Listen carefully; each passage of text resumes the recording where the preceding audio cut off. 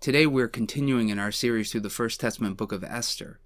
And of particular importance to us as we walk through Esther together are the ways in which Esther and her cousin Mordecai brought the wisdom of their upbringing in the law of Moses into the Gentile world of the Persian aristocracy. Today we pick up the story of Esther in what I'm calling Act 2 of her story in chapter 2 verses 1 through 23. The Inheritance of the Meek is our title today, and to my reading, there are 3 plot points in this act of Esther's story that will help us to understand how the prophets of Israel are encouraging us to understand the story. The first plot point is this: searching for the pliable and the proud.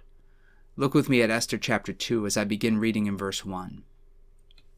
After these things, when the anger of King Ahasuerus, who we know as Xerxes, had abated, he remembered Vashti and what she had done and what had been decreed against her. Then the king's servants who attended him said, "Let beautiful young virgins be sought out for the king, and let the king appoint commissioners in all the provinces of his kingdom to gather all the beautiful young virgins to the harem in the citadel of Susa under custody of Hegai, the king's eunuch, who is in charge of the women. Let their cosmetic treatments be given them, and let the girl who pleases the king be queen instead of Vashti." This pleased the king, and he did so. Verse 8. So when the king's order and his edict were proclaimed, and when many young women were gathered in the citadel of Susa in the custody of Hegai, Esther also was taken into the king's palace and put in custody of Hegai, who had charge of the women. Verse 12. The turn came for each girl to go in to King Ahasuerus, after being 12 months under the regulations for the women, since this was the regular period of their cosmetic treatment, 6 months with oil of myrrh, and 6 months with perfumes and cosmetics for women. When the girl went in to the king, she was given whatever she asked for to take with her from the harem to the king's palace. In the evening she went in. Then in the morning she came back to the second harem in custody of Shaashgaz, the king's eunuch who was in charge of the concubines. She did not go in to the king again, unless the king delighted in her, and she was summoned by name. As we learned in our discussion of Esther chapter 1, King Xerxes threw a party, got drunk, and inappropriately asked his wife to come to display her beauty to a room full of drunk nobles. It was a shameful cultural decision on the part of Xerxes, and it placed Queen Vashti in quite a conundrum. She chose to disobey Xerxes, and so Xerxes and his drunk counselors decided to strip her of the crown and banish her from the king's presence permanently, which may indicate an execution, but readers of Esther disagree on that point. In any case, once Xerxes had sobered up a bit, these are the events he was recalling, and we don't really know what Xerxes was feeling initially. Was it remorse or confidence or doubt? Whatever he might have felt, his counselors quickly stepped in to offer him a way forward. They suggested a contest of sorts to find a suitable replacement. But despite what the children's version of this story often implies, this was no beauty pageant. What they suggest is that the king gather up all the most beautiful unmarried young women in the Persian Empire, sleep with them, and decide whom he liked best after all had accompanied him to his bed. And what was Xerxes looking for? Well, given the events of chapter 1, the most obvious answer would be that he was looking for someone more willing to obey him than Queen Vashti had been. But why the beauty treatments then? Well, recall that Xerxes had wanted Vashti to display her beauty to the men of his city, and she refused. It would seem that Xerxes was looking for 2 things in a wife: pliability and pride. In other words, he wanted a woman who was pliable, who was willing to do what he said and be subservient to him, and a woman who was confident enough in her physical beauty that she wouldn't be afraid to let him show it off. And that's our first point today: the pliable and the proud. Now the story suggests that what Xerxes really needed was a woman of whom he could be proud and who made decisions that protected his reputation. He should have been looking for a wise woman, but the worldly values of the kingdom of Persia caused him to associate quite perilous characteristics with his ideal queen. For Xerxes, the perfect queen should be proud of her physical beauty while at the same time being subservient to his will. Perhaps this is what he meant to test in the bedroom. Now this might have passed for wisdom in the Persian Empire, but the wisdom teachers of Israel would have cautioned Xerxes.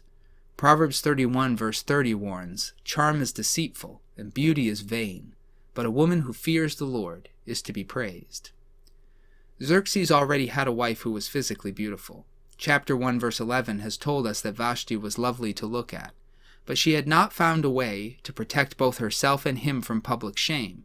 She had protected herself at the cost of his reputation, and that's in part why he had dismissed her. The dilemma Xerxes faced was really a question of character and wisdom. Vashti had not failed him so much as he had failed her, and Persia had failed them both. He had put her in an impossible situation, one for which her upbringing in the nobility of the Persian Empire had ill-equipped her. Xerxes, as so many kings and leaders, both male and female, throughout human history, valued impermanent and deceptive charades far too greatly. He looked for confidence combined with submissiveness, when he should have been seeking godliness and wisdom. Read in light of the law of Moses, Xerxes' actions in this chapter are deplorable. I think we would agree from our culture as well. But Xerxes had not encountered the God of Israel. He had not been tutored in the law of Moses. He had not been nurtured in the Hebrew story of creation that he might know God's intention for marriage and family. Xerxes was the king of Persia, and this was perfectly reasonable in his culture. Oh, that the wisdom of God would finally be brought to all nations. Continue following along with me as I pick up reading in Esther chapter 2, now in verse 5. Now there was a Jew in the citadel of Susa whose name was Mordecai, son of Jair, son of Shimei, son of Kish, a Benjamite. Kish had been carried away from Jerusalem among the captives carried away with King Jeconiah of Judah, whom King Nebuchadnezzar of Babylon had carried away. Mordecai had brought up Hadassah, that is Esther, his cousin, for she had neither father nor mother. The girl was fair and beautiful, and when her father and her mother died, Mordecai adopted her as his own daughter. Verse 10. Esther did not reveal her people or kindred, for Mordecai had charged her not to tell. Every day Mordecai would walk around in front of the court of the harem to learn how Esther was and how she fared. Xerxes was looking for submissiveness combined with confidence, and I'm sure he found many young women who met those criteria. But among them was another person, and she had been forged in a very particular furnace.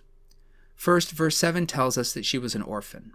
We're not told how or when her parents died, but this young woman, young enough to meet the criteria of Xerxes' summons, had lost them both.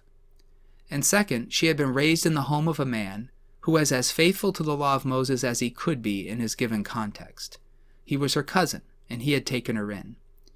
In the terms of the laws of Israel, Mordecai had been Esther's kinsman redeemer. And even more, the text seems to suggest that he had not married her, as he might have under Israelite law. He had adopted her as a daughter in his home. Xerxes was looking for a confident and submissive servant. But in Esther he had summoned one who was banished, living in exile, and broken, an orphan, taken in by the graciousness of a relative after her parents had both died. And part of what this reminds us, and this would have been true of every woman ordered to report to the harem by this edict of Xerxes, is that it's hard to know a person's story and history and character by evaluating his or her physical appearance. Each person has a story and a history that has helped to shape her or him, and the history of Esther was filled both with pain and with grace. This is partially why so many marriages were arranged in the ancient world. Certainly money had much to do with wealthy marital arrangements, but there was more to it than that. In many ways, arranged marriages were based on a person's life story and the story of his or her family. The Greek historian Herodotus tells us that Persian emperors normally married women from one of 7 noble families of Persia. This guaranteed a certain pedigree and upbringing as well as wealth and privilege. But Xerxes didn't want another Vashti, so he went against custom to find a different sort of women, and his prime criterion was beauty. Xerxes had to go through thousands of potentials to find an Esther, but that's partially because his criterion was so foolish. A person, male or female, of godliness and wisdom will be a product of their upbringing. If Xerxes had been of Israel, he would have been seeking a woman raised in a godly and grace-filled family, but he was not. He was looking simply for fleeting superficialities. May those who seek to marry today not follow in his foolish footsteps. By giving us a bit of Esther's history, the writer of Esther has insisted that a person's story figures into the person that he or she is becoming. It's not a diversion or a simple historical curiosity to tell us that Esther was an orphan who had been taken in by a godly, kind, and selfless kinsman redeemer in the person of Mordecai. A man so concerned for her that even after she was taken from him by edict of the king, checked up on her every day. Being raised in this kind of a home by this kind of a parent had affected Esther, and she trusted him. When he told her to conceal her ethnic identity, she heeded his advice. She had learned to trust his wisdom, and a child, male or female, raised in that kind of a home has inherited something more than physical characteristics. Now, I'm not, of course, encouraging us to go back to arranged marriages, but I would advise those who seek spouses to recognize that who Esther was proved to be inseparable from the quality of the person who had raised her. Xerxes sought to find a confident and submissive concubine, whom he would empower as a queen. Perhaps he found more than one. But his search also brought Esther into his harem. And Esther would not prove to be confident in her beauty and submissive in her posture simply. And that's partially because Esther had faced hardship and had been redeemed by grace. Continue following along with me as I pick up reading in Esther chapter 2, now in verse 9.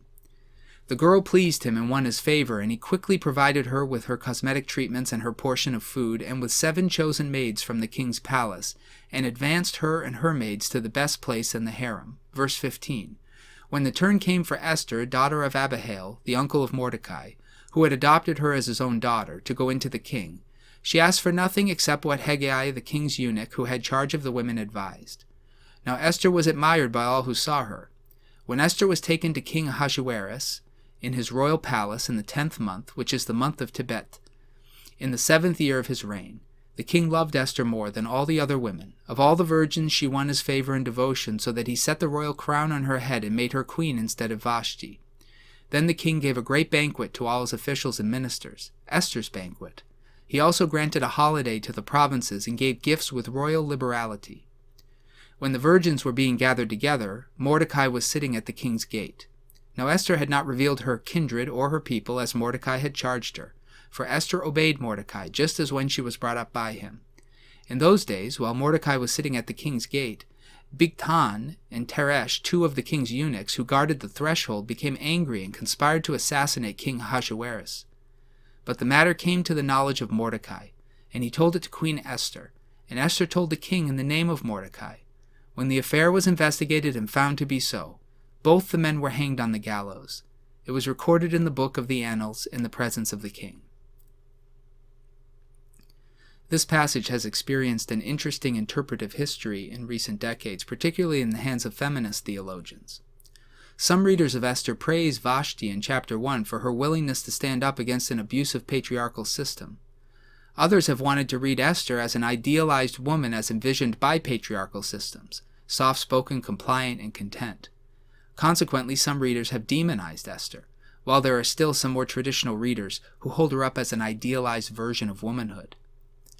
To my reading of Esther, Esther's gender is merely incidental. What's interesting in the wisdom tradition of Israel in the Hebrew Bible is that wisdom does not distinguish between genders. There is no gender-specific path of wisdom for the First Testament. All people, whether men or women, are called to the same ethic and to the same ethical values.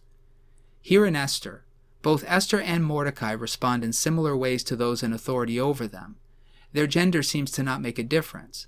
Mordecai is both loyal and submissive to the king, and Esther is content and submissive and impresses all who come in contact with her. These are ethics of Israel, not gender-specific. Even Xerxes, who was simply looking for a beautiful woman who wouldn't disagree with him, found himself enamored with her. But Esther did not win the heart of the king with beauty or confidence. She won his heart with the traits of godly wisdom, and we can see that most clearly expressed through Mordecai. Mordecai saved the king from an assassination attempt. One would think that would merit some sort of reward or honor. However, the text does not recount anything special coming Mordecai's way initially.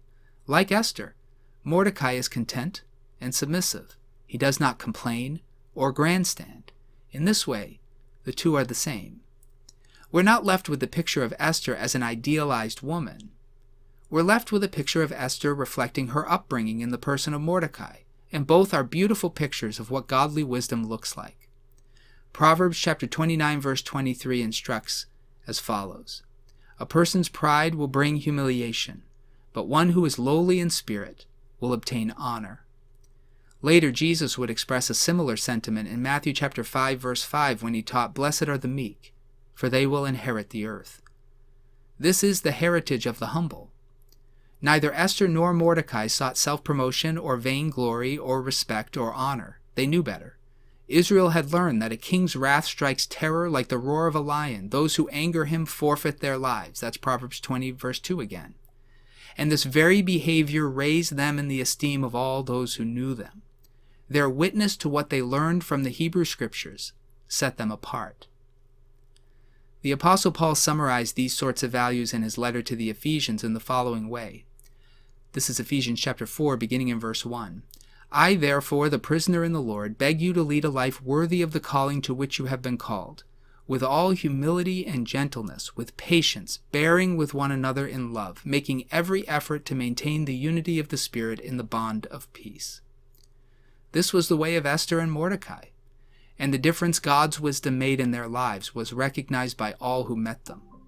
And if they could embody this way of living, even in the midst of an evil culture which forced Esther into becoming a part of a sexual harem for a pagan king, then how much more might we embody such character, who live after the life, ministry, death, resurrection, and ascension of Jesus and the pouring out of the Holy Spirit on Pentecost?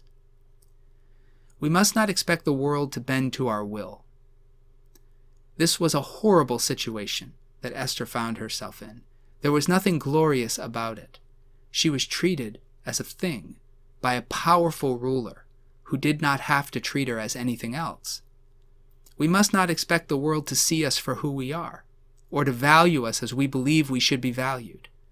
We must not demand of the worldly more than they're capable or likely to give. Our identity lies in the God who created us, who called us, who gave his life for us, and who has promised to make all things new. And this God, our God, values humility and gentleness in those of us who live in hostile contexts and cultures.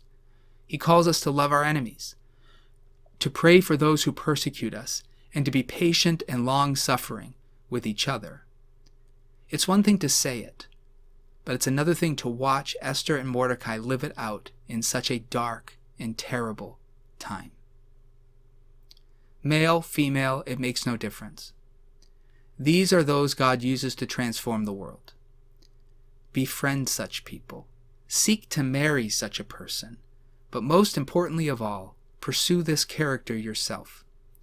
Pursue it through studying God's Word, by finding godly and wise mentors as Esther had in Mordecai, by praying for God's power, and by practicing these behaviors every day and on all occasions.